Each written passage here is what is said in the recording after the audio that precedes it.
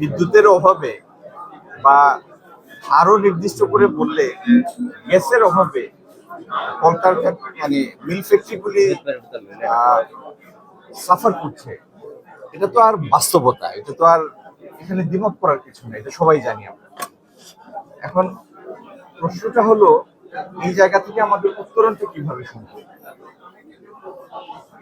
আমি আপনাদের একটা ছোট্ট হিসাব দিয়ে দিই, আগেও আমি দিয়েছি, আবারও হিসাবটা দিই। আমরা এই মুহূর্তে মাটির নিচ থেকে গ্যাস তুলি প্রতিদিন 1700 MMC, আর আমাদের দুইটা এফএসআরইউ আছে, যেটা floating FSRU, floating regasification unit, যেটা এলএনজি এনে, এলএনজিটা তো তরল, এটা যখন পাইপে দিবেন তখন এটাকে গ্যাসে কনভার্ট করে পাইপে দিতে হয়। তো এরকম দুইটা ইউনিট আমাদের আছে, যেটার সর্বোচ্চ ক্ষমতা হচ্ছে 1100 MMC। 1100 MMCFD হলে 1100 করা যায় না, ধরেন 950 মতো এখান থেকে করা যায়। 1700 আর 900 মোটা দাগে 2600 MMCFD আমরা পাই। এখন আপনি যদি বাংলাদেশের সব বিদ্যুৎ কেন্দ্র, সব মিল ফ্যাক্টরি এক জায়গায় করেন, যত বিদ্যুতের জন্য নতুন সংযোগের জন্য যে সমস্ত মিল ফ্যাক্টরি অ্যাপ্লিকেশন পেন্ডিং আছে নতুন বিজনেসের জন্য, সব যদি এক জায়গায় করেন, তাহলে যা আমাদের প্রয়োজন আমরা তার অর্ধেকে আছি, আরো ততটুকু দরকার। কালার এক্সপার্ট এবং ডার্ক স্যাপ সমৃদ্ধ অরিক্স অ্যাডভান্স ডিটারজেন্ট পাউডার, আপনার লন্ড্রি এক্সপার্ট। এখন কেউ বলতে পারেন তাহলে এলএনজি আনা বাড়িয়ে দেন। এটার সমাধান দুইটা। একটা হলো বিগত সরকারের সময় দীর্ঘদিন গ্যাস এক্সপ্লোরেশন বন্ধ ছিল। মাটির নিচে তো আপনি মাটি খুললে গ্যাস পাবেন না, কূপ খনন করে যদি 5টা করেন হয়তো একটাতে আপনি সাকসেসফুল হতে পারেন। কূপ খনন করার আগেও সম্ভাব্যতা যাচাই করে তারপরে কূপ খনন করা হয়। বর্তমান সরকার দায়িত্ব নেওয়ার পরে এই কূপ খননে মানে আমাদের দেশের মাটির নিচে থেকে গ্যাস এক্সপ্লোরেশনের জন্য হাইয়েস্ট প্রায়োরিটি সেট করেছে, সর্বোচ্চ অগ্রাধিকার দিয়েছে। এবং বাপেক্সের অধীনে বিদেশি প্রতিষ্ঠানও এই কূপ খননের দায়িত্বে নিয়োজিত আছে। এটাও আমাদের একটা প্রত্যাশা, এই সমস্ত এক্সপ্লোরেশনের মাধ্যমে আগামী দিনে আমরা বেশ কিছু গ্যাস আমাদের মাটি থেকে পাব। কিন্তু সেটার দিন তারিখ বা পরিমাণ এটা তো কেউই বলতে পারে। এটা গেল এক সাইড। দ্বিতীয় হলো আমরা আমদানি করে যে গ্যাসটা আনি এলএনজি, সেটার পরিমাণ বাড়ানো। সেটার পরিমাণ ইচ্ছা করলেও কেউ বাড়াতে পারবে না যতক্ষণ না আরো এফএসআরইউ ইনস্টল করা।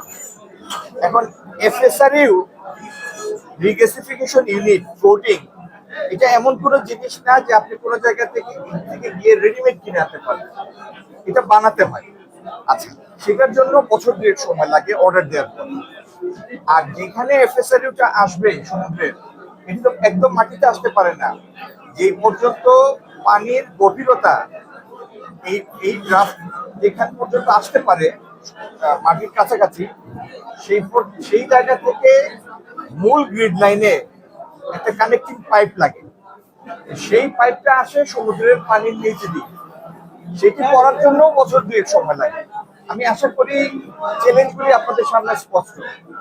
তো এই সমস্যাগুলি মিটিয়ে নতুন এফএসআরইউ ইনস্টল করা, পাইপলাইন সেট করা, এবং এটা করার জন্য 2টা বছর সময় দরকার।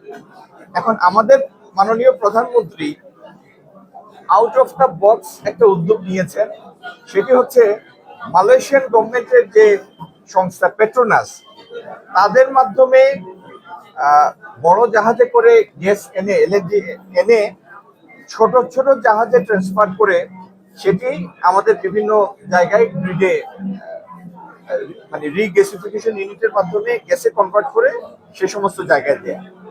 কিন্তু পেট্রোনাসের যে সমস্ত জাহাজ সবগুলি কোনো না কোনো জায়গায় এঙ্গেজ, তাদের হাতে এই মুহূর্তে স্পেয়ার নেই।